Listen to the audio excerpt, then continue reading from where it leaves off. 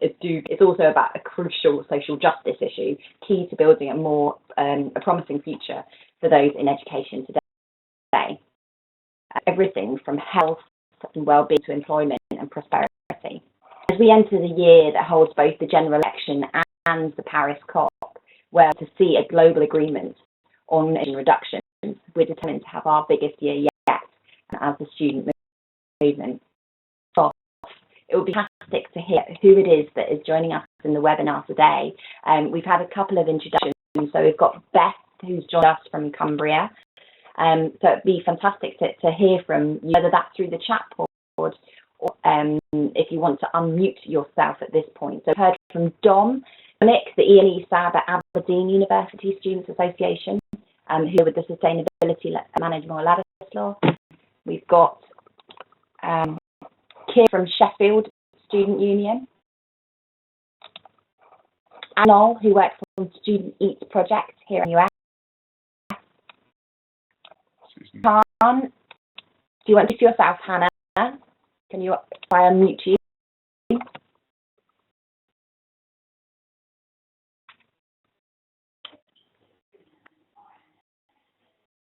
Are you?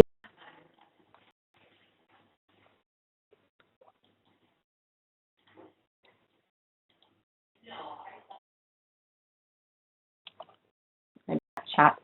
Do you to introduce yourself? Tell us which union you're from. Did you?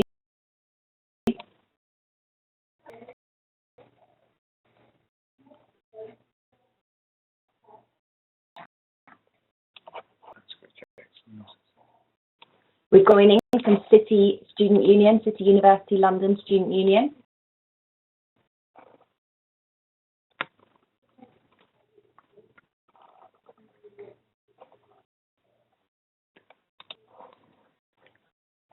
Where are you joining us from? If I unmute you now. Kingston.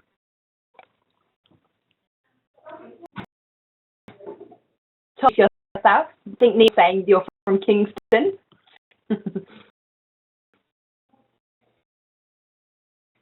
People hear us? No. Okay. Quickly, do right, just go check. Oh, from Kingston. Great. Great. If other people want to write in the chat pods where it is you're joining us from today, it looks from what we can see so far like there's a great spread of unions. It'll be really interesting to see who is joining us. I'll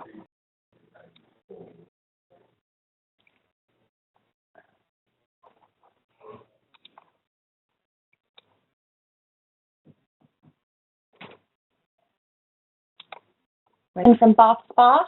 Yeah. Yeah, brilliant. Great. I think we'll carry on for the moment, but it would be brilliant if people can write where it is that they're joining us from in the chat pod, and also what current work your student union is doing on sustainability campaigning, and the areas of work that you're going to be focusing over on the next 12 months. It would just be really interesting to get here of what specific areas you guys would like to hear and discuss a little bit more about. Lou's just messaged the group. I don't have a mic, but I'm from University of Sussex Student Union, and I'm the Environmental Administrator. Brilliant. Thanks, Lucy. Thanks for joining. We talk about sustainability. We are referring or have in mind the environmental or green agenda, which pops to mind immediately. But actually, sustainability is a broader concept. And environment is only one of the three pillars of sustainability, along with the economic and social pillars. These three pillars are all interconnected, and social and economic progress must work within the confines of the environmental limits of our planet. Often this is the idea of the three-legged stool. Legs are ignored and the stool will topple over. Also within a business situation, this can be referred to as the triple bottom line. So not just economic, but also the social and environmental impacts of any project. Over the last 10 years, we've been working hand in hand with unions to embed sustainability within our campus curriculums and communities, to provide students with the skills that they need to thrive in an emerging low-carbon economy. We want to see students graduating from their time in education ready to challenge the environmental, economic and social status quo, rather than simply becoming part of the problem. Student population really care about this issue. Over the last 3 years, we've conducted large-scale research with the Higher Education Academy on student attitudes towards sustainability. The findings of this research show that 2/3 of students say that they want to learn more about sustainability, and 80% believe that sustainable development is something which universities should actively incorporate and promote. 2/3 willingly get paid £1,000 less a year if the company they worked for had a good environmental and ethical record. So students do want to engage with this agenda and gain vital employability skills for their future careers. And across the UK, student sustainability projects in student unions have reported a number of additional outcomes which have supported their work on sustainability to strengthen the key functions of their union. Let's talk through a few of these in a moment, strengthening the key functions of their union. Talk about is student leadership and student skills. This is from Gloucestershire Student Union, where students have taken on leadership roles and risen to this challenge. University Student Union is encouraging students to start their own sustainable social enterprises, such as Cheltenham Chili Company and also the Core Blimey Juice and Cider businesses, meaning vital business skills, actively applying principles of sustainability to their enterprising activities. This takes sustainability beyond the understood environmental sustainability and teaches social and economic sustainability in a perhaps practical, real-life way. Is from Charlotte Powell, first-year Gloucestershire biology student and head of the Honey Social Enterprise, Ooh. It's a quote that Charlotte sees beyond merely making money through her beekeeping business. Her in the social enterprise has given her understanding and involvement in sustainability, and she's also project managed the entire thing, designing risk assessments, liaising with stakeholders, arts, budgeting and sourcing, all sorts of different skills that undoubtedly are skills that are transferable to any business situation.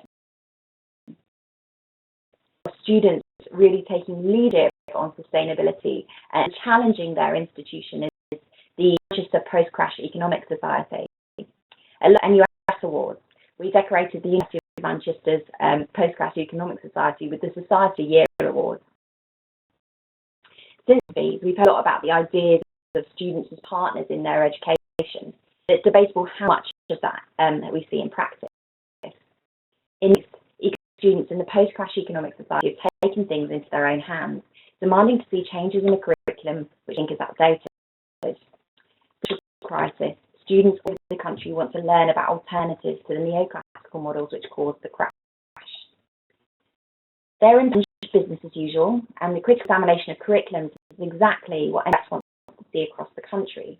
Students looking at what they're learning and asking whether it's preparing them for the economy of the 21st century or the 20th, and aiming to nurture through a new pilot program, Responsible Futures, which is embedding sustainable development throughout the curriculum through student, staff and academic partnerships. Responsible Futures is a pilot that's happening at the moment in a dozen FEHE institutions, embedding sustainable development within the curriculum. I want you to watch exciting student-based campaigns at the moment, the divestment movement, where students are putting pressure on their institutions to pull their investment out of fossil fuel companies. We had the first massive victory here in the UK just a couple of months ago, when the Glasgow voted to divest from fossil fuels, pulling out a credible 129 million from the fossil industry. NUS even is a formal supporter of this campaign, which is led by our friends at People and Planet. I know our Vice President peers would strongly encourage you all to look at the fossil campaign if you're not ready, and also support the movement locally. And perhaps this is an area that we can discuss at the end of this webinar to see where people are at in terms of their work on fossil free. Unions that we've worked with have reported that their sustainability projects and campaigns have helped them to reach new audiences who their student unions wouldn't have been engaging with otherwise. that they have been running have appealed to students who want to develop a new skill set, want to engage with other students socially, but not necessarily in an alcohol-based setting. And of course, climate change is an issue that affects our students wherever in the world they come from. Examples of where student unions have had success in reaching out to new audiences. Brits have been targeting harder to reach communities through a volunteering team, international students in the hall liaison for student switch off, providing resources in their first language. Who are in the left-hand corner have been targeting harder to reach communities through their have been working with their international students and are particularly keen to volunteer and take on coordination roles with their projects. So actually having project management role. And they reported that improving English was a key motivation for actually getting involved in the projects and the social aspects of their allotment projects and all sorts of other areas within their sustainability initiatives. And you can see that one of the international students work on a plot for the allotments. Been working with international students across a range of areas. For example, a new relationship was set up this year with their summer school. So they ran a program called Eco English over the summer language school, working with international students around the theme of sustainability.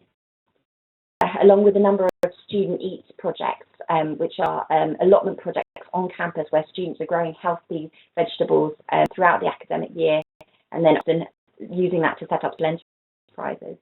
And that graduate students have been particularly engaged through their projects. And particular of interest might be that obviously postgraduate students are there during the summer months, which the growing project is so essential to have people working on the plots over the summer months when a lot of the undergraduate students head home. And Bradford's project, Cycling for All, specifically is seeking to engage students with disabilities on sustainability. And that is using cycling as an entry point for students to learn about sustainability, gaining confidence and meeting new people in a social setting. So I'm over now to relations. Sustainability can act as a real kind of mechanism for which to improve relationships with the community. So I've got a couple of case studies here of ways in which unions have both helped to tackle an environmental issue and also an issue which can often, in this case, cause some troubles or conflicts potentially with people near universities. So this is an example from the Bristol Big Give project, which is a 10-week campaign organised by the Bristol Student Community Partnership. And partnership it's a combination of the University of Bristol, University of West of England, Student Union at both universities, and also Bristol City Council. Tackle the problem faced in many university cities of the end of the academic year, both in halls of residence and in student private rented sector. There's materials which are basically left over at the end of the year, and either they're not wanted anymore, or it's just not possible to actually take those materials back home because people have accumulated stuff over the academic year. And it often causes just for the city council and for the local population, because you see streets, particularly large numbers of properties where you've got a lot of materials outside those houses at the end of the academic year, and it's a big for the council picking up all that stuff. And also from an environmental perspective, of quite high quality materials which up to this point have been going to landfill when they've actually been going to reuse. So what the Bristol project did was, working with the British Heart Foundation, they set up donation bins across the city of Bristol. So there's 20 bins in total, and a very heavily publicised project, so that all the students in the local community were aware of the fact that these bins were there and were encouraged to hand in unwanted materials. And over the course of a month or so of the project collecting materials, over 44 tons of materials which were collected from the student population, and those materials were kept from landfill, given to the British Heart Foundation to resell, to create money for that particular charity, and also really helped to improve the community relations in terms of in the streets at the end of the academic year. So a real positive story in terms of the university and the student union's relationship with the local community. Next example we'd like to give University of Liverpool Guilder students. Who I think have just joined. I think just joined. Hello, University of Liverpool Guilder students. Hello, Dave and Sam. This is an example of a project where students have been linked up with local schools. So going for 2 or 3 years now, a particular project where students go to primary schools and help students with lessons about fruit and veg growing. So it's a really nice example of students reaching out beyond their university campus and improving the opinion of the university amongst primary school students, amongst their teachers, and among the parents. It's a really, really nice way as well to also help to get across the message of why it's important to get involved in things like food growing. The Students' Green Fund Guild have been on events where local schools and sixth form colleges have been invited along to get involved in sustainability workshops, to work together to come up with ideas of practical things that they can be doing in each of their schools to help to reduce the impact that their schools have upon the environment, and in providing skills to some of the very young kids. And so workshops this year involve stuff like creating herb gardens from plastic bottles, increase the biodiversity in individual schools by adding in bug boxes, and creating upcycled tea lights. And in this case, a small amount of money was provided to some of the schools to help support some of their ideas. Carmel College got some support to help to boost the recycling rates in their college, using kind of games and competitions as a way to engage with the students.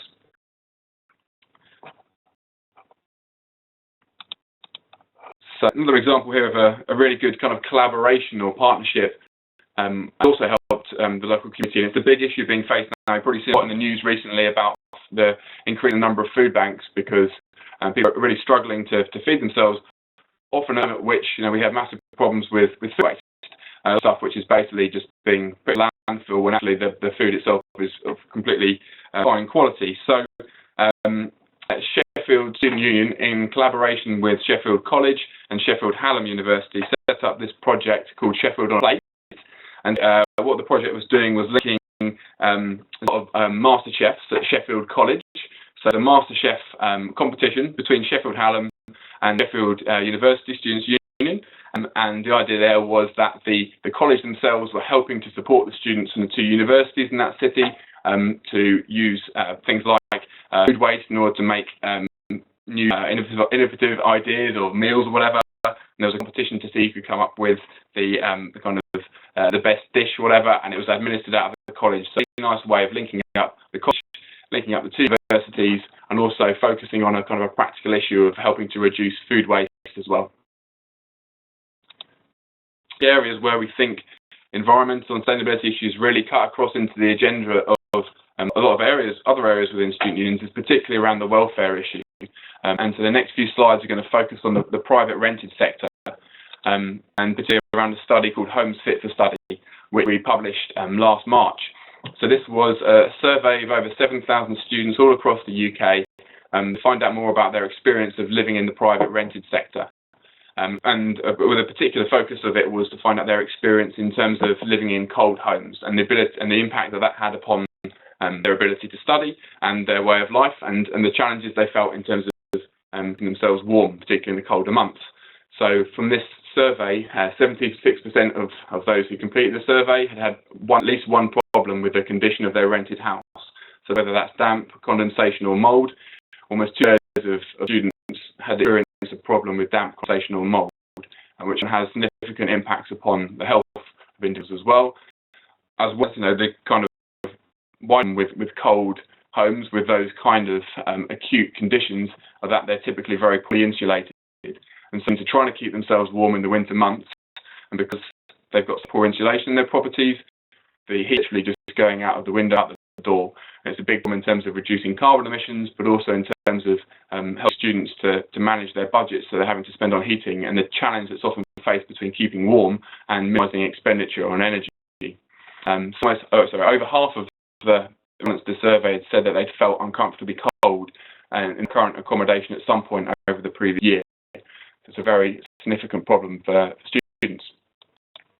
20% of the respondents said that, as well as kind of the problems associated with mould and condensation, a third had found that the amount of heating that they were using within their house was having an impact upon the relationship with the people they're living with, which is a completely unacceptable state of affairs, that something which is kind of a structural issue to do with insulation or whatever in a house is having an impact upon their ability to actually get on well with their flatmates.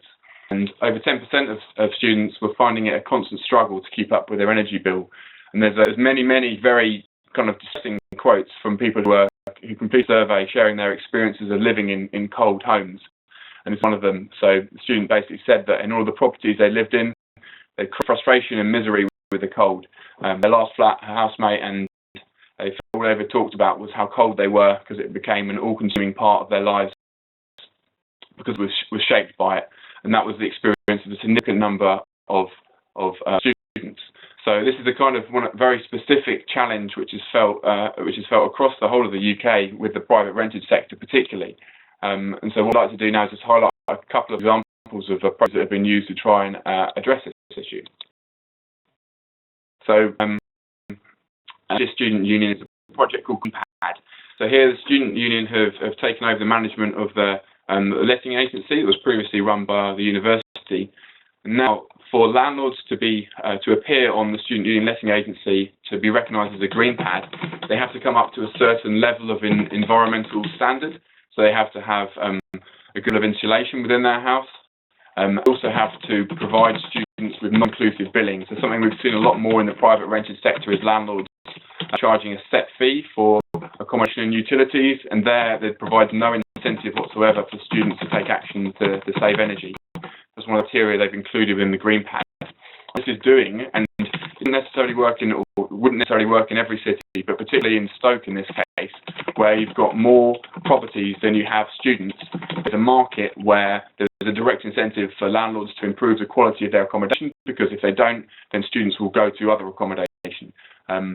It's shifting the marketplace here to provide an extra encouragement for landlords to make improve their properties, so by installing more loft insulation or double glazing and so on. So this is specific something that can work well in cities where there are more properties than there are tenants or students. And it's worth highlighting to you now in terms of things to do to raise more awareness amongst your students about their rights. A lot of students aren't often aware that if they pay the energy bill themselves, then they have the right to switch supplier. Some landlords shouldn't do, not allowed to, but some landlords do write into tenancy agreements that the tenants won't change supplier. That's actually not something they're allowed to do. So if a student pays the bills themselves, and they have the right to switch supplier, and that can often be a very, very effective way of saving a significant amount of money on their energy bills. And obviously, in some cases, students are often living in underheated houses, so you've got a situation where students are spending a lot of money, but not actually able to keep themselves warm. So any ways in which more money can be saved to potentially turn that thermostat up a bit more to live in a warmer house is a good thing. One thing mentioning we've set up within NUS recently is a referral partnership with Cooperative Energy. So where students move to Cooperative's fair and square energy tariff, which is very competitive. So it's very it's likely that students would be able to save themselves money by moving to this tariff. They'll get a £15 shopping voucher. So there's an extra incentive for them to move. And worth mentioning, which is coming up in 4 years' time, is that 2018 onwards, it will become illegal for landlords to rent out a property that falls below an energy performance certificate band E.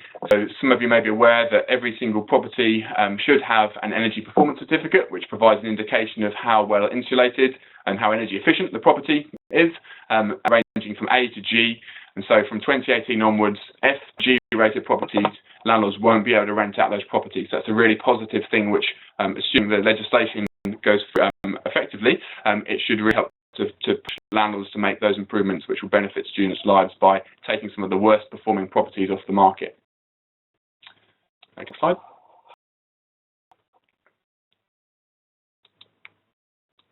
So a lot of environmental projects often more challenges which unions will face is to finance their projects. So we've got a few ideas we put together here, often a challenge. So for those of you who run a number of our projects. So, for example, Student Switch Off or Green Impact Universities and Colleges, which is the project element of Green Impact, which works with university staff departments.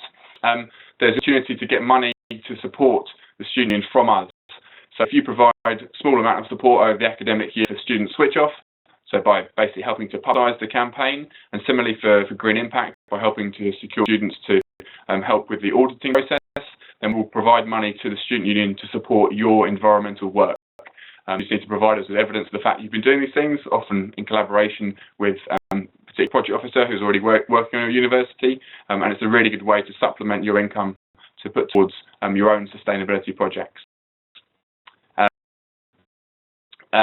Some projects that have been running over the last couple of years, having achieved significant success and evidence of the fact that it has been helping, for example, community relations. That's been a conversation which has been then had with the university to help to increase, potentially have a specific area of block grant which is going particularly towards sustainability related activities. And I know Hannah Khan is here from UE Student Union. I don't think Hannah can speak. Hannah, feel free to unmute yourself, because I think leaders program run through the student union is a really nice example of the funding come from the university to run a program of activities that's training up students to become leaders on various different areas depending on what their particular motivations are. So there's quite intense training for them. They're supported on the way by a staff member who specifically works on the Green Leaders program. Are you able to unmute yourself and speak? Feel free to if you can. If you're able to say something, then just write in the box and then we can unmute you. Yeah. There's a lot of things just to mention in terms of finance, which a number of universities have done. So, for example, the Gloucestershire Students' Union, the examples that Emily mentioned earlier were small projects were set up which have become self-financing from the income that's basically come in from the chili jam company, for example. The money that the sales of those products have brought in have allowed those to become self-financing. So the element of financial sustainability as well as tackling some elements of environmental sustainability. Okay. I was just going to say it would be really interesting to hear from the group, and I know it's a bit of a struggle with your microphones, but feel free to write in the chat pod as well. Any questions that you've got for those present, because we've got quite a range of different student unions here, quite a few E&E officers, which is fantastic, a few full-time officers and a few staff members, so quite an extra people in this webinar, and it would be really interesting to hear about examples of good practice from your union, any current campaigns that you're working on, any advice that you'd like from the group or from ourselves, anything that you would like to gain from the people present, because I think it's a really interesting mix that we've got in the call currently. Questions in the chat pod, or feel free to unmute yourself and ask your questions or current issues that you're working on. Interested to hear if student unions are working on the fossil-free campaign and do with it really, and perhaps there's any good practice that we could share on fossil-free. Hello. Hi, it's Dominic O'Hagan from Aberdeen University Student Association. Yeah, we've been working on fossil-free for a wee while now. Kind of took out the summer here. We at the stage where we managed to lobby to get myself onto the investment committee. So I sit on the university investment committee now. First one on Monday, which I was present at. It was interesting to get a breakdown of all the different investment schemes that the university has invested in. I've now come to with regards to the investors, because the university invests in passive investment schemes rather than active investment schemes. It's to bring, if I like say Northern Trust, 50% of its endowment scheme. It splits up the different investments over, say, 15,000 different companies. So you're then limiting basically how much each company is invested in. So the estimate of money we've invested in is in Apple, I believe, through Northern Trust, and that's only like 2.5%. ExxonMobil is the only oil companies within the top 10 holdings, and that's 1.75%. As Northern Trust don't have exclusion list, their exclusion list only covers their ethical investment portfolio only has an exclusion list for unorthodox weapons, tobacco, and the UN Global Compact Agreement, which has 22,000 different companies which are part of it, but really very woolly. It doesn't really explain how you get from Global Compact, but there are companies that aren't part of it, whether it's by choice or by exclusion, like BP, Shell, but companies like Exxon and even unethical companies like Nestle in that share portfolio. Okay. I think starting, if your university is part of a passive investment, I think a good start is to make sure that they go to invest companies which you can track what they're invested in. So an agreement from the university to move some of its smaller investment portfolio to which aren't ethical, but you are transparent, so we can know exactly what we're invested in. And that'll open up an avenue later down the line where we can see that the university invested in more agreed unethical companies like arms manufacturers or tobacco, and then we can highlight that and try them to change it from a passive investment portfolio to an active investment portfolio and kind of get it in-house again, which is kind of my long-term goal would be. So it changes from institution to institution. There's not one fossil-free technique you can go for, which is really frustrating because our investments are completely different to Glasgow's. Yeah. In terms of the support that you're getting on that, are you working with People and Planet? Yeah, I've been with People Planet a lot. Jim and all the rest, Andrew Taylor. Yes, yeah, I've been in contact with them. Like more when I bump into them in Edinburgh or something, but I see them quite a bit. I've not compiled what to do since this Monday, so I've not decided what the next step. You're going to move our funds to a more transparent portfolio, but I'm not much we can actually do in regards to the fossil-free element and getting them to divest from individual companies, because the companies say that they can't do that. Because it doesn't investments in the market. It doesn't actively each company. Yeah. Got all the answers up our sleeve on that one. As you say, it does vary massively by institution. What would be really interesting is in the next round of student games local events that we hold, the first lot last term and the next lot the next term, and we're waiting to have a session on that that looks specifically at current campaign like for free, and it would be really interesting across the board to get some examples of students who were in situations like yours and the process that you've taken.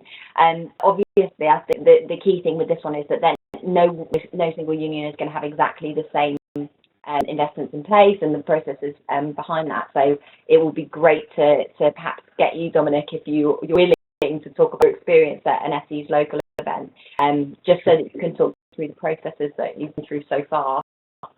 Sure, I worked a wee bit with NUS Scotland, and we put an FOIs out to every institution and one was at NUS Scotland to institution in Scotland to do with our scheme. So we have already got a fairly big list of stuff, and I think Scotland are going to they send out a bunch of things to even in Scotland to see if they could do anything on it. But it's just so complex and there's so much feet around it as well. Yeah. So hard if individuals don't have one person to go for it. Is that that you're working with in Scotland? No, it's Amelia Comilani. Cool.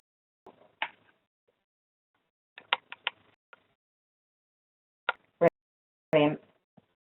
The fossil-free campaigns. Any other unions on the line who'd like to share their experiences?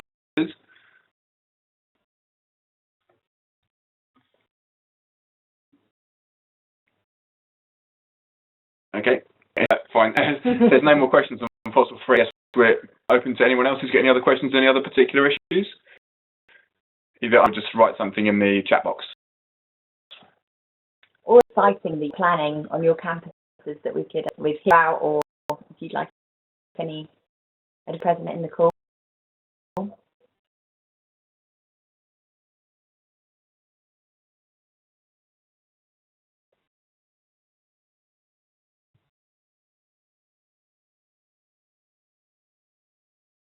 Okay.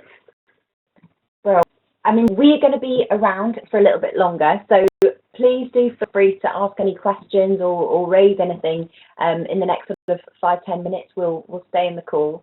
But thank you so much, everybody, for joining. Hopefully given a kind of overview of some of the projects that have been happening across the UK. I mean, there's so much more that we could have talked about, and even from the list of unions that I can see present, I know there are so many amazing projects that are happening at your institutions as well. I think one of the key things is that we do kind of keep these conversations going, and we'll certainly, through the SU's local events, we'll be making sure that these conversations are happening in groups as well, so they are sharing good practice across the sector. It's really exciting that students are taking a lead on sustainability, and in particular, I think some of the work that's arriving around challenging the curriculum and embedding sustainable development within the curriculum is really exciting. Students becoming partners within forming education. So look out for responsible futures and what happens through that over the next year. It'll be really exciting to see it happening in lots of institutions in the following academic year. I think we've put up nus.org.uk/greener. If you want to get in touch, please do. We're always at the end of an email, so always get in touch with any questions or queries. We're more than happy to help out. So very much, everybody. This recording will be available if others want to see it, and we will hope to see you at another soon. Thanks very much.